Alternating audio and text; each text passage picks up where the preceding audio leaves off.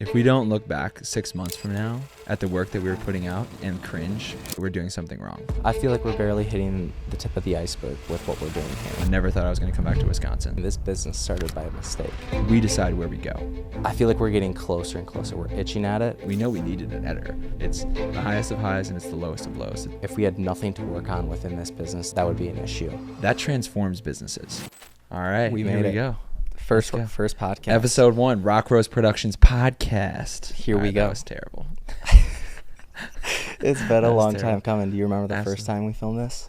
Yeah, like I feel like we A year? recorded. I feel like we It was recorded before like, Brock and Jeff. yeah, 2 separate episode 1s of the Rockrose Productions podcast. So hopefully this one, it earns its episode 1 slot by us recording all of these in the future. Like actually sticking with this, but No, I'm I'm excited. excited, man. I think this has been honestly a long time coming we've talked about this for so long. yeah, absolutely. I mean, there's a lot to talk about, and I think what I'm most excited about this is that it's just going to force us to articulate the things that we're going through, like get it out of our heads, put it into words, and then share it, put it out there, which will hold us accountable and help us just digest everything that we're going through. But 1000%. So do you want to introduce yourself? Yeah, so my name is Matt Schultz. I started Rockrose back in 2018. I just got back from my first semester of college. COVID just hit, and at that time, I was searching for a way to make some money. So I had this drone and quickly realized I could make some money off of this thing. So Definitely want to go deeper into the story really quick, but just like, so you're Matt, creative director, all things creative, like the visionary of the company, right? You started this, like you said, 6 years ago. And I want to give the story like its due justice of how you started it, because I think that's a super cool 1000%. story. But then I'm Ian. We're Rockrose Productions. For anybody that doesn't know, we're a video production company based in Milwaukee, Wisconsin. We do real estate, videography, photography, but most importantly, like our core service is going to be content management services. So we partner with businesses to help them grow their reach on social media and then turn that reach into new clients and customers for their business. And then we also have a division of our business called Commercial Productions, which is just custom photography and videography. But that's not where it all started, right? So I love it. now we can jump back into that story. So I just got back from my first semester of college. COVID just hit, and at that time, I think most people, they were kind of in a hole where everything just stopped. And For sure. I don't know. Like I said, I had this drone, and I figured, hey, I could try and find a way to make some money with this thing. So I started doing some general shoots for some local businesses, some real estate agents, and quickly realized that I could only do so much with this drone. So I went out, invested into a camera, and at that time, I started investing into some different courses that were teaching me about the photography and videography business, the different niches that you could go into. And at that time, the one industry that really stood out to me was real estate, because it was very referral-based, very relationship-based, and very consistent business, which sounded incredible. And those first 2 things are right up your alley. Absolutely. Relationships is the Absolutely. relationship I'm a name. big talker. I'm a big talker. Absolutely. So I started doing that, and at that time, was going through these courses, taught me everything from how to get clients, taught me briefly about the business side, taught me briefly about the creative side, taught me some of the different just the paths whole that thing, you could right? go Just down. kind of give you, like you called it, like a business in a box, Yeah, right? exactly. This guy Eli down in Texas, since I joined the team, I watched a lot of the course that you had watched originally. It's just hey, here's how you get clients. This is the offers that you have. This is the gear you need. This is how you do everything. Exactly. Right? So it was incredible. But I would love to paint the picture a little bit more there, because I think Honestly, you were 18, 19 at the time, 18, 19, something like that, right? And I remember I went out to school in Arizona. I'm a year older than you are. We grew up as neighbors, too. Important backstory. Like, I've known Matt since I was 4 years old. Pretty unbelievable. Crazy. Yeah, nuts. But I went out to Arizona a year before I went to ASU, and then you came out to come to GCU with your twin sister. Right. And then you guys were there first semester. Second semester, COVID hit. And Right. you guys were like, you guys had been out there for 4 months, right? So you had nothing, right? Yeah. So I can only imagine, right? Yeah. So you guys came back home, you went to Milwaukee for a little bit, and then you're like, dude, school is just not it, right? Yeah, COVID, everything was online. So yeah, you're like, this is useless. I was literally doing my Zoom class, and then I had the course pulled up on the side, and Yeah. just like, this is stupid. Yeah. So yeah, I pretty much put school on hold, and then at that time I was going through these courses, and I was starting to build up some momentum within the business, and then I was at a shoot, and this random guy who honestly deserves a lot of credit, his name was Ronnie Thompson. Shout out Ronnie. Yep. I was at a shoot, and he just comes up to me. He's like, man, this is unbelievable what I see right now. I see you have a deep passion for this. I see you have a deep passion for this, and if I ever wanted to do something like this, it would be right now. So whenever you have some time within the next couple of weeks, let's just sit down, let's have a cup of coffee, and let's just talk. So next couple of weeks comes around, and he's like, Matt, what I saw that day, I've never seen anything like it in my life. And I knew immediately when I saw you, if I ever wanted to do something like this, it would be right now. So that being said, I want to invest into you. You'll have my full financial backing. You'll have access to all my connections, resources, whatever I have to do to help this become successful. Yeah. Let's do it. I would love to give you a little bit more credit in that, because I think the way that you kind of tell that story, it's like, oh, he just saw the work you were doing and was impressed by that. But I think he was definitely more impressed just because I know you, right? And I know how you speak to people about this business and what you were trying to do. And I can only imagine what it was like back then when you had even more energy at 19. But yeah, like I think it was definitely when he spoke with you, right? Like he wanted to invest in you, whatever you were doing. Like he could have been doing anything, but he just like kind of met you and was like, hey, let's make this happen. Which is like so crazy, right? Like there's so many moments like that where it's just seems like happenstance, seems like luck. But I mean, you were putting yourself 18 out there, right? You made the decision. You did all this work to even get into that moment, to like be out on a shoot. You did the work to open yourself up to that lucky situation. Did I ever tell you that? Wasn't it at the 7? It's at the 7. Yeah, right. And he lived there. Yeah. Wild. Yeah. Yeah. But yeah, then going through that, I said, I'm putting school on hold. Yeah. And then I went all in on this business with Ronnie, and I was with him for about a year and a half, and then we kind of separated ways. And then honestly, I transitioned out of his office and then went into the closet. And honestly, that's where Ian came on board. And I remember when you and I were first going back and forth, we were just spitballing. We were like, dude, we could do this, we could do that, we could do this. We have all these opportunities. Yeah. And at that time, we were starting to really work with some really, really great clientele. Yeah. And I can kind of give some insight into my decision that I made. Right. So I was out in Arizona finishing up school. I had one semester. I graduated one semester early. So I started in 2018, graduated December of 2021. And come November of 2021, it was like October. I remember Halloween. I went out for Halloween. I was dressed up in a ridiculous costume, and I remember I FaceTimed you for like an hour and a half. And we were like talking. I'm like, dude, maybe I might come back, right? But like before I might come back, and I would love to like work with you, right? I remember in that FaceTime call, right? Like I'm dressed up. I remember the outfit. I was like I'm terrible with Halloween. Like the pilot. The pilot. Like I bullshit Halloween. Like I don't try very hard. Like I know some people go all out, but I dressed up as like a nerd. And all I did is I went and bought like a cheap pair of glasses and just popped the lenses out. And then I think I put like a name tag on myself. Like, I don't know. It was whatever. But it was just so funny. Like I was FaceTiming you. I'd just come back from this party for like an hour and a half. But leading up to that, like my decision-making process was like, okay, I'm graduating a semester early. The only jobs that I was interviewing for once I graduated was, medical device sales, like other sales roles around Arizona, because I had done some sales in college, and I was studying marketing, and they're interrelated. But the thought that came into my mind is like, okay, I'm graduating a semester early. I'll go back, and I've always wanted to be a business owner, like run a business, like work with a startup.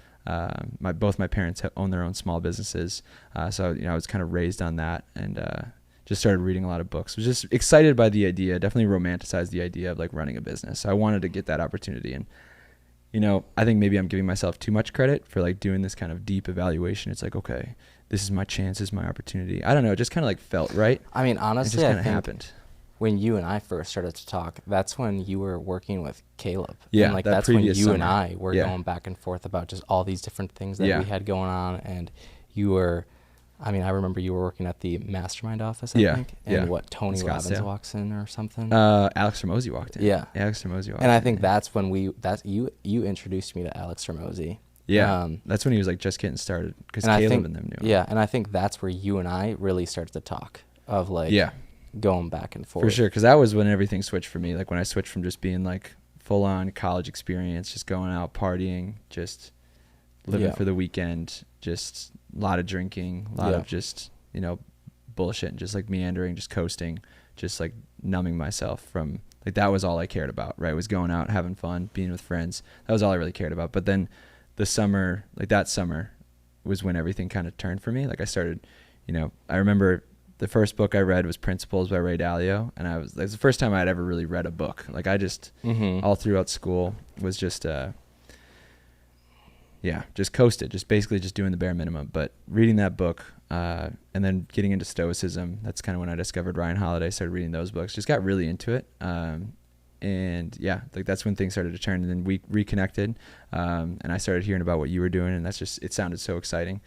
So I was just always asking you questions, connecting with you. But fast forward then through that summer, gearing up to graduate, and I make the decision. It's like, okay, I would love to come back. And I ask you that night, and then you're like, dude, hell yeah, let's make this happen. Wild. Yeah. And like in my mind, I was kind of like, okay, I'll take what would have been my last semester of college, come back home. I never thought I was going to come back to Wisconsin. Like I love it out there in Arizona. Was just able to spend the last winter down there. Never thought I would come back, but would take what would have been my last semester, come back, see what we can do with this, understand the business more.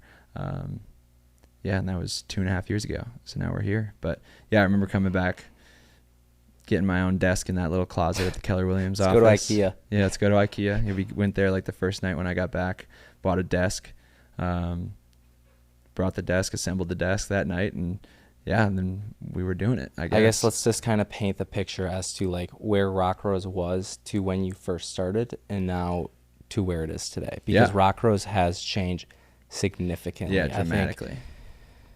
As we've continued to bring on people, as we've continued to bring on other clients, I mean, honestly, we're pretty much making a shift with where we're going as a business, which is honestly kind of crazy. Yeah, and I think the whole shift, and we're kind of skipping everything, but the whole shift is just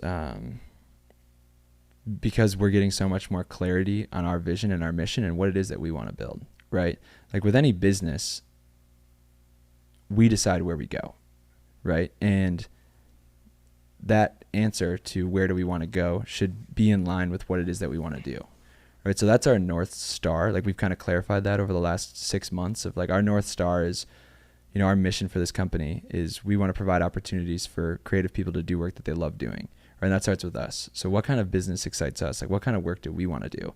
And it's less of the real estate and more of, content production, like content management for our clients, like building brands, and building more deeper, intimate relationships with our clients, like working with fewer people. And then those commercial productions, those custom video projects that really challenge us creatively, and really excite everybody on the team. Like we had that Mater shoot last week. That was just so much fun. Like you don't really get that from a lot of the real estate stuff, but real estate is still amazing. Like we still get to come in and help people in one of the most significant transaction in that person's life and help our real estate agent help support the clients that we have that we know are going to do an amazing job. But like when I came back, all we were doing was the real estate photography and videography, and it was just you, right? And then I came in, I had never touched a camera before in my life, and a month and a half later, I was, shooting houses, had no idea what I was doing, right?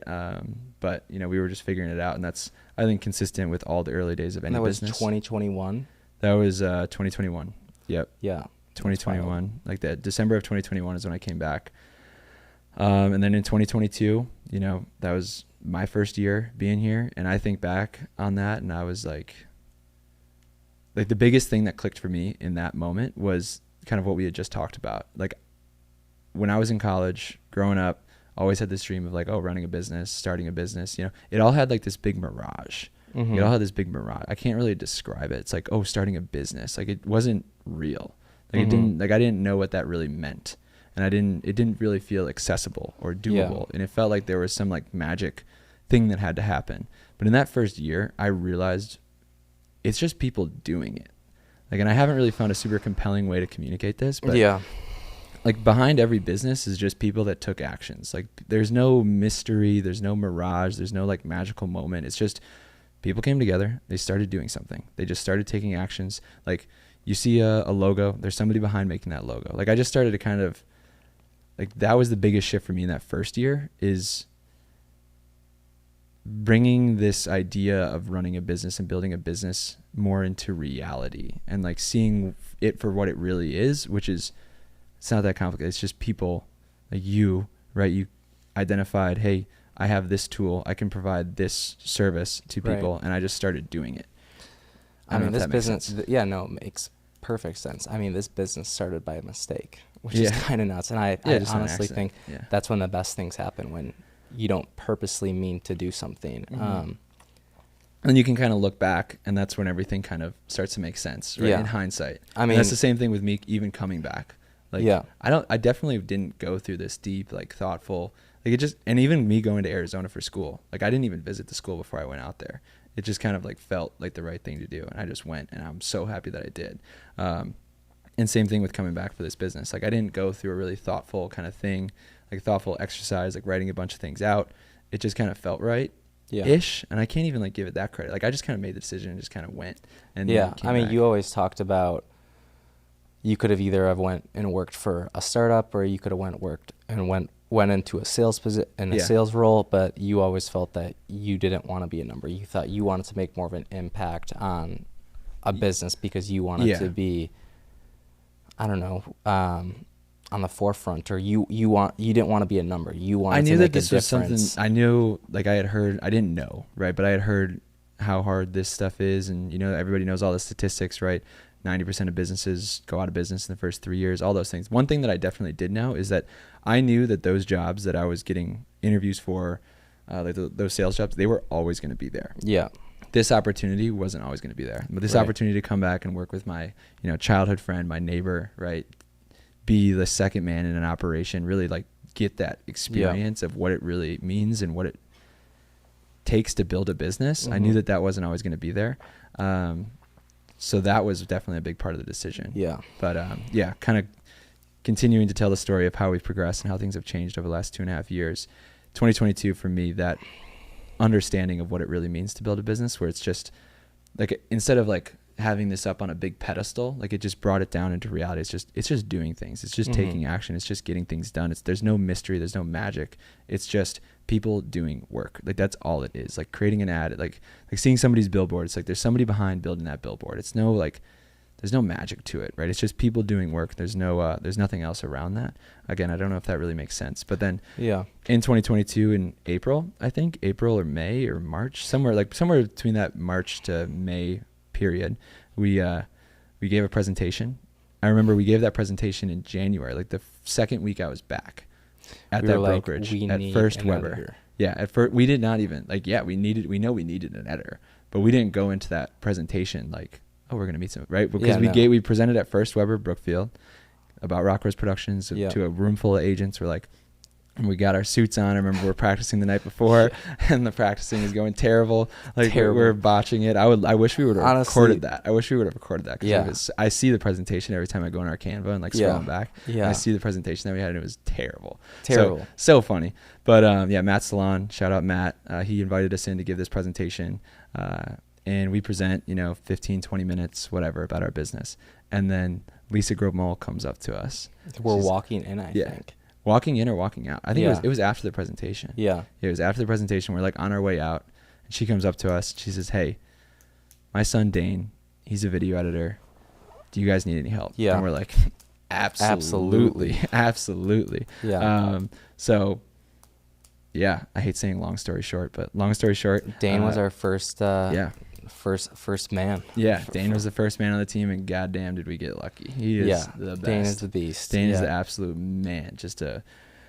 Immediately he came in, we just vibed with him, I guess, if you want to say that, right? Like he was a good dude. He just fit the culture I think we were ultimately trying to build. Yeah, like in that moment, we could not have brought on like a super serious, sophisticated, put together editor person, like 35-year-old guy, like no way, right? Dane was perfect. Like he was our age.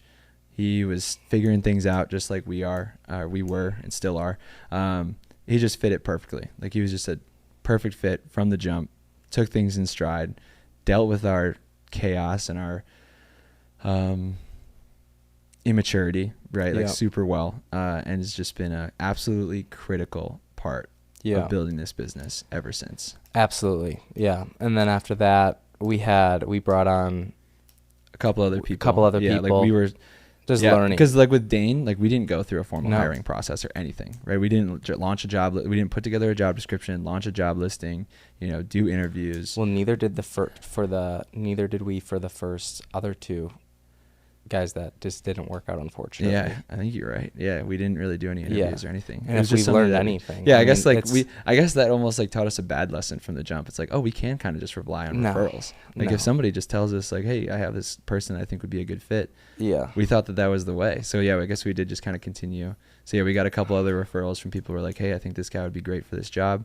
And what we learned there is like, it's so important to have what we're looking for clarified before we go into bringing somebody on the team. But I'm glad that we went through those lessons, because with each person that didn't work out, we learned something new about exactly what we're looking for. Yeah. Right. And nothing like, those guys are awesome. Like they're doing great things now. Oh, and 1000%. it's like totally a testament to the lesson of like, if you keep somebody on the team that isn't a right fit, you're doing them a disservice too. Right. Because like, it's just not working out. Right. And everybody wants to do whatever they're doing really well and do a really good job. And for the people that we brought in, it just didn't make sense, right? But with each person that we brought in, it didn't work out. We learned something new that we could then apply to the next hire. But in that first year, we were just so unstructured, just so chaotic. Like we did not know what we were doing. And you really need to have things dialed in if you want to make the right hire and bring somebody on the team. We didn't really know that at the time. And we were just so swamped with like, we were both driving all over the state, doing shoots all day, like all day, like minimum driving, like 2.5 hours every single day. I think that one summer, I think we were doing 15 shoots in a day. It was nuts. But going back to your point, I mean, finding the right people. I mean, any great business is just all built around great people. And by no means were those people not great. They just were not the right fit. I just want to clarify that. 100%. They're awesome. Awesome. They're the boys. People. Like had a lot of fun working with them. But it just I think didn't make sense. at that point too in our business, we didn't necessarily know exactly where we were going. Didn't know we where were just we were like, going, oh yeah, didn't know what we really wanted. like, oh yeah, let's just get this person because they're going to be able to do this and they're going to be able to take this off of our plate. But none of that was clarified, and it honestly just led to absolute chaos. Yeah, and like the real work that it takes to get somebody to that place where they can take that stuff off our plate and deliver at our standard. And we just needed somebody who had more of an immediate understanding, because our training was just not super built out. I want to keep it going though, but so we brought on Dane, and then after that, was it Gabriel?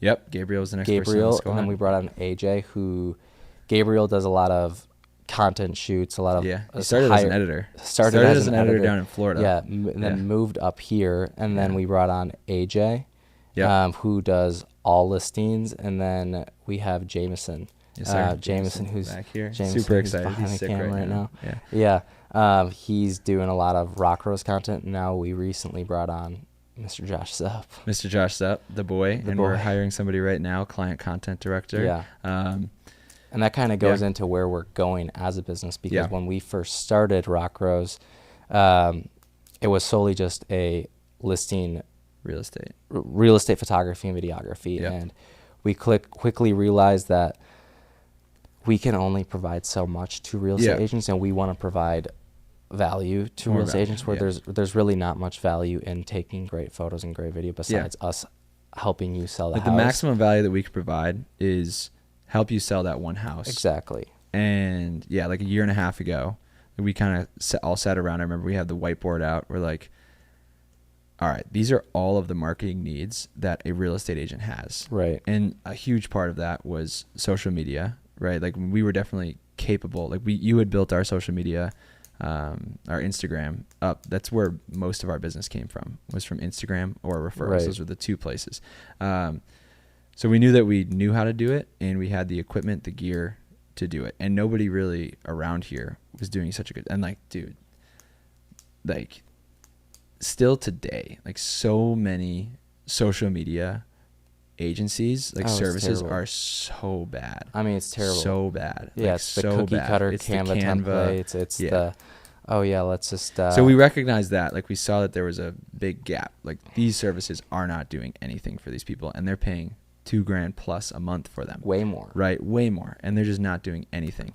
And Yeah, like it really came down to like, okay, real estate, if we want to scale a business through real estate photography and videography, we're going to need a huge team, and we're going to need to work with thousands of clients. Right. And that's just not really who you and I both are, or really anybody on the team is. We don't want to be a commodity business. We don't want to be a commodity business, and we like really care about the relationship that we have with the people that we work with. And we are constantly, we have a huge tendency to like over deliver and want to do more. It's like, oh, hey, yeah, we're sending you these photos, but maybe you also use this carousel, you post this on Instagram, we're making that for like we just care about the relationships. I think it's honestly, we can't even do that right now because we're being pulled in so many different directions where we have so many great relationships with so many great clients where we ultimately know that we can do so much for them, but we're being pulled in all these different directions where if we just have a very narrow focus as to who we're focusing on, we're going to be able to do so much more for if we can just work with less people, we can do more for them, get them better results, build a better relationship with them. So that was kind of the philosophy behind it. And then we've like a year and a half ago, 2 years ish now, we started our first social media management partnership with Brock. Shout out Brock, B-Rock. Happy 30th birthday. It was yesterday. Brock and Jeff. Man's killing it. Yeah, Winning Wealth. Yeah, Winning Wealth. Shout out Winning Wealth podcast. Subscribe. So kind of just stumbled into that, built our first offer. Really, again, didn't know what we were doing. Brock was an amazing first client. He just like understood where we were at. But yeah, then, about a year ago, like it really clicked for me, like, hey, we should dial back the real estate stuff, like not work with everybody, become more exclusive, free up more time and resources for content management, just because the amount of value we can provide. Like if we can, with real estate photography and videography, the most we can do is help that agent sell that one house. But if we can turn social media, Instagram, LinkedIn, YouTube, if we can turn social media into a lead generation machine for our clients, that transforms businesses. Right. So we have one service that when we nail it, right, when we do it right, it can transform a business. And then we have this other service that helps one person sell one house. Right. So the amount of value that content management provides to our clients is 1,000x.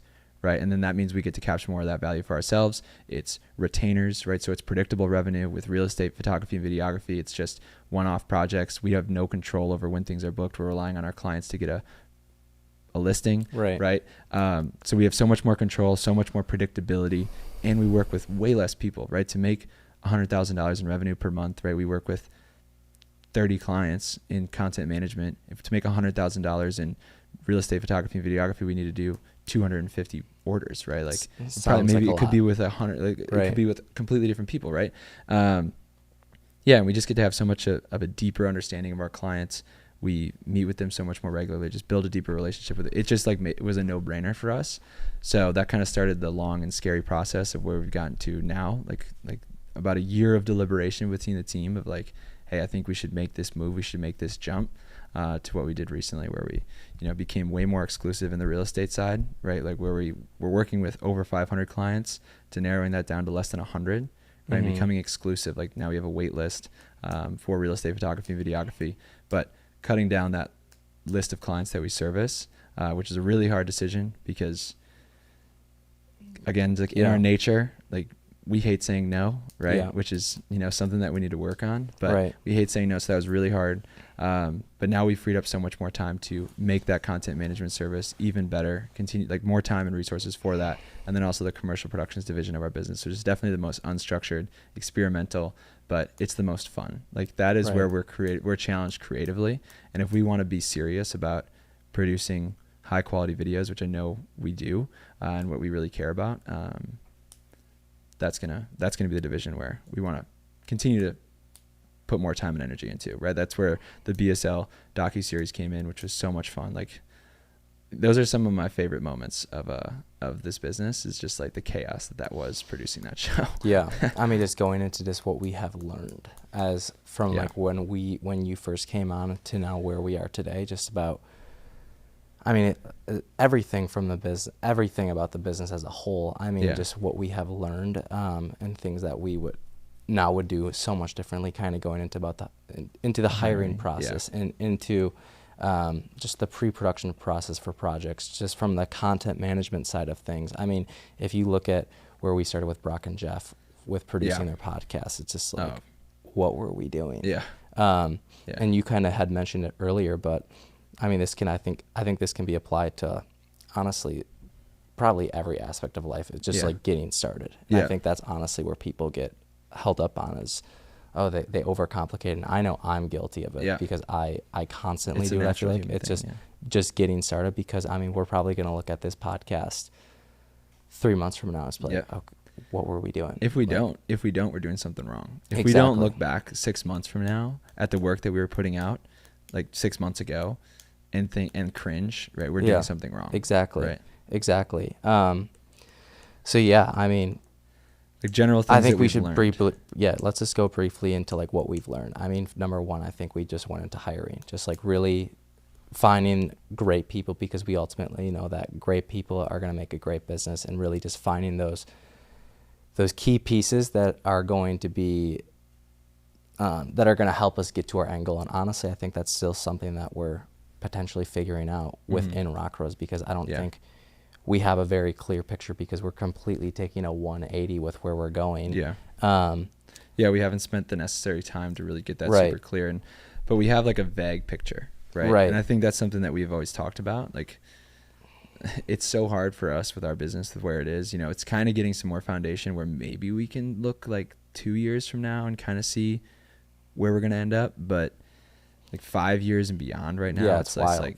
It's like, where are we going to be? It can be a million different things. I feel like we're barely hitting the tip of the iceberg with what we're doing here, because right now we have so many opportunities, and we've talked briefly about going to Arizona and trying to get into that market next because you and I both have so many great connections and relationships out there. 2025. We're doing it next year. Yeah, we got to. 100%. But yeah, we have so many great relationships where I feel like we're getting closer and closer. We're itching at it, where I feel like once we really figure out that content management side of things, with really getting the people, with getting just the right people. Undeniable service. Yeah, undeniable service, but just really getting the right people in the right spot, and just. Yeah. So where do you think, so you talked about hiring, right? And what you need to have clarified in order to figure that out, and what are the seats on the bus, right? How do you get the right, like, what's the process of finding the right person, getting them on the bus, and then what's the process of, you know, building the seats on the bus? I'm butchering this analogy. The analogy is just like a spin-off of, it's all about getting the right people on the bus and getting those people in the right seat on the bus, right? Yeah. So we were still super unclear of like, what are all the seats on the bus, right? Where is this bus even going, right? Type thing. But that's the point that I'm trying to make is, I think everything in business starts with really, okay, let me reset. I think everything, if you're trying to do anything, you kind of got to clarify, like, what do you want the end state to be? Like, what is your goal, right? Like, where are we going? Like, what's the destination of where we're trying to end up? I think the clearer that you have that picture of what it is that you want to accomplish, then you can reverse engineer that into, all right, what's the first step? Like, what's the first thing that I need to do? How do I accomplish that, right? So having clarity on the mission that you're trying to accomplish, like the outcome, like what's the end result? I think that's a starting point for anything, right? So you have that clarity on the end result, and then you're able to reverse engineer that back into today, where you are now. Then you have a big gap, and then you can come up with a plan of like how that gap can be closed, but that plan is going to change at all times. And even maybe the outcome, the end result, is going to change once you start making progress. But I think to get out of that paralysis and start to make a move, you got to kind of like sit down, write it out. And we have all these discussions with our tier 2 meetings and everything as a team about just trying to clarify where it is that we want to end up. Because how do we know who we want to hire? How do we know what kind of team that we want to build? How do we know what services we want to offer and provide if we don't know where we want to ultimately end up? Right? And I think that's something that absolutely we are not very good at right now. But like the more that I think about it and like reflect and just, we need to spend more time. I think we're guilty of that. I mean, I think like, I don't know, like you just said, it's so easy to just pick apart just like what you would do differently, but just think about just like as a whole how much we have learned and how much we have like just enjoying the journey of just like where we started and today, where we are today now, and now thinking where we're going to be 5 years from now it's wild. It's wild. Absolutely. I mean, we just have more people on the team, more hands. But I mean, just faster, from a business, right? Like, things are going to be moving much faster. Obviously, everything's going to be, I think, a lot more operationally efficient. Yeah, excuse me. But yeah, but I think like we've been just talking around this, and this is definitely something that it's good that we're getting this experience, because I give a lot of the same feedback to our clients.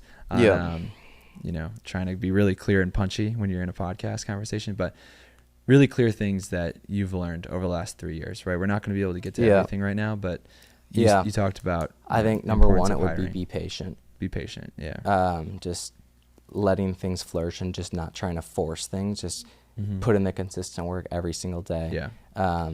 You're gonna start to see the results. Yeah, I heard James Clear, guy that wrote Atomic Habits. Yeah. He has a newsletter, like 321 newsletter. Did you get it? Did you see this one? I think about I being did. patient. Oh, it was last week.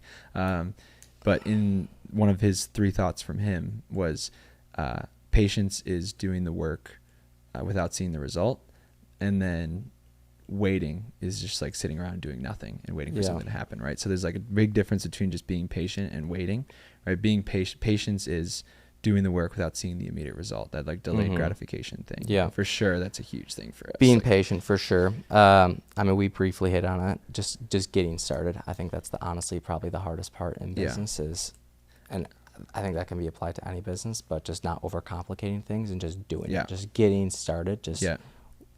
Content management. We had literally none of these cameras. We had none of this equipment. We didn't have none a studio. Of these microphones. Yeah, we just fuck it. Let's just do it. Yeah, we had a client. Yep. We just outlined what it is that we were going to provide, and we presented it to somebody that was looking for it, and he said yes, and we just went and did it. Exactly. I think it's sometimes, I know I'm guilty of this, but thinking bigger picture, not so closed-minded where like, oh, we're here right now, like we need to continue to do this.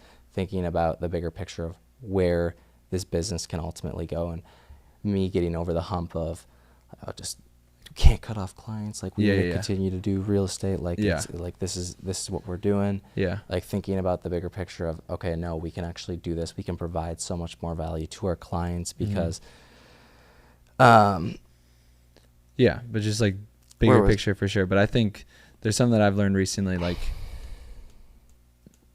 you almost have to earn thinking longer term, because it can be so overwhelming. It can be so overwhelming. Like that's where, if I'm in a rough stretch, like the last couple of weeks, like moving back up here, just trying to settle back in and get back into a routine of life, of like moving back from Arizona back up to Wisconsin, just so overwhelming. And in those moments where it's just like, holy shit, like I have zero momentum, trying to think about 5-10 years from now where this business could be is just too much, right? So then it's just, you have to shrink focus back down to like, what's right in front of me? What do I need to do today?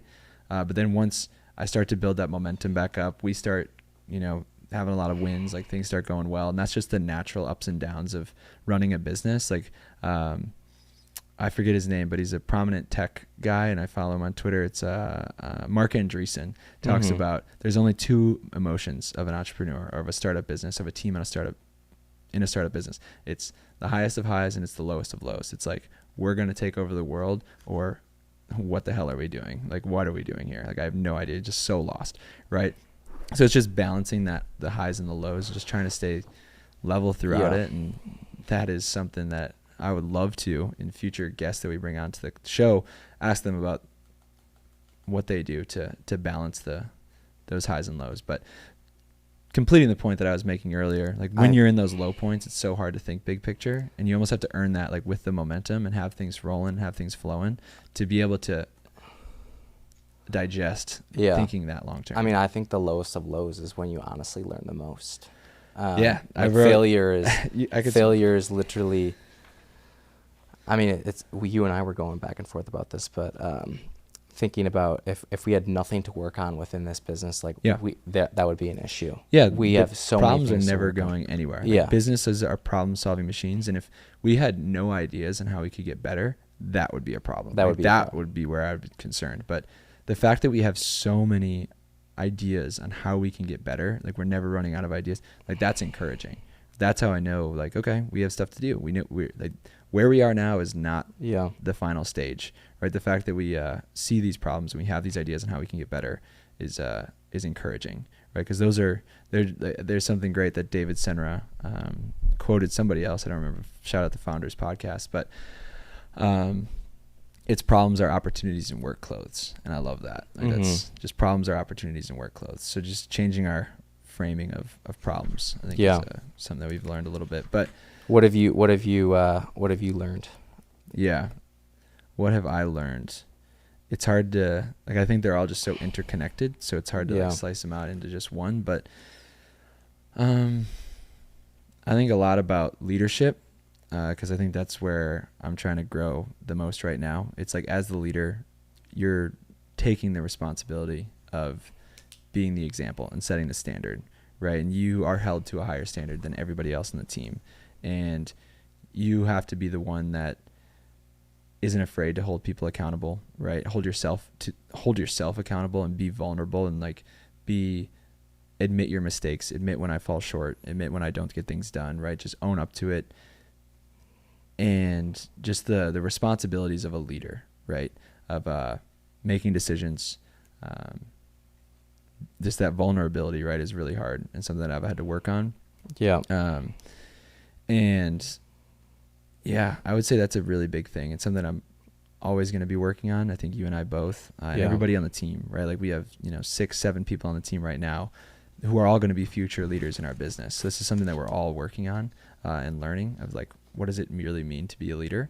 So that's a big thing that I wish I had a really better answer on, but just the importance of leadership. Yeah, I would say that. And the other biggest thing that's just really stuck with me is just like what I mentioned earlier, just losing the mirage of what it really means to run and own a business.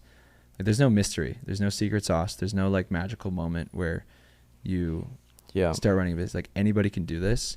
It's just taking action. And I know that's not like a really profound thing to say, but that really hit me in that first year where it's just like, wow, when does the magic sauce like happen? Like, where's like this hard thing that I have to do, right? It's just taking action and being consistent. And that's the hard part, is just continuing to show up every single day. By far the hardest part. Yeah. Absolutely. Cool. Well, I know that we're not going to be able to summarize all this. I know with this podcast, we want to force ourselves to articulate these things that we're learning and just share our journey of what we're doing. I really wish we would have gotten the first 3 years or 4 years of this business. Yeah, we should have just recorded the entire thing. Yeah, it would have been hilarious. Honestly, I wish we would have. Yeah. Because it's just crazy. It's crazy to just think, like I said, I mean, how far this business has come. Yeah. And I mean, as we continue to grow, I mean, where is it going to be a month from now, 2 months from now? Right. I mean, a year from now, who knows? Yeah. And that's honestly, I think, the coolest part. It is. It's just the journey. It is. Because I think you go back and we're going to be able to watch this. We're going to be able to watch this hopefully with our kids, our healthy family. When we're 40 years old, look back on me. It's like, what's up, future Ian? What's up? Hope you're doing well, brother. What's up, Rockrose squad? But yeah, like, that's selfishly for us. It's just, I want this to be a time capsule of this process and an insight into who we are right now in this point in time, what we're struggling with, what we're working on, what we're learning. And just this platform and forcing us to do this, once, twice a month, sit down and articulate our thoughts, like turning an idea, a thought, something in your head into words and having to communicate it through that process is like, you learn so much. Yeah. So that's like the selfish reasons of why I want to do this. But unselfishly, like, the value of this podcast, I hope, just like, I don't know, help other people who are on this journey, maybe like 2 steps behind us. Maybe we can provide something that's valuable to them in their journey in building their own business, or when we bring podcast guests on, sharing their stories. I mean, that goes into, I mean, you're briefly touching on it, but like, what do we want this podcast to actually be about? Where, I don't know, we're sharing experiences from people that are further ahead than us, where things that they've ultimately done in their business to get to the point where they are, different marketing tactics that different agencies have done to help their clients get better results. And it's just leveraging this platform. Like, if we've learned anything with our clients, like, having a podcast, you can get connected with some incredible people and get the opportunity to have a conversation with them, ask them questions, pick their brain. So leveraging that platform to get connected with people who are way ahead of us, and we get to ask them questions to help us out in our business. And hopefully by sharing that conversation, some other people can draw some takeaways. Like, I know I listen to a shitload of podcasts, and I hope we can provide that same value.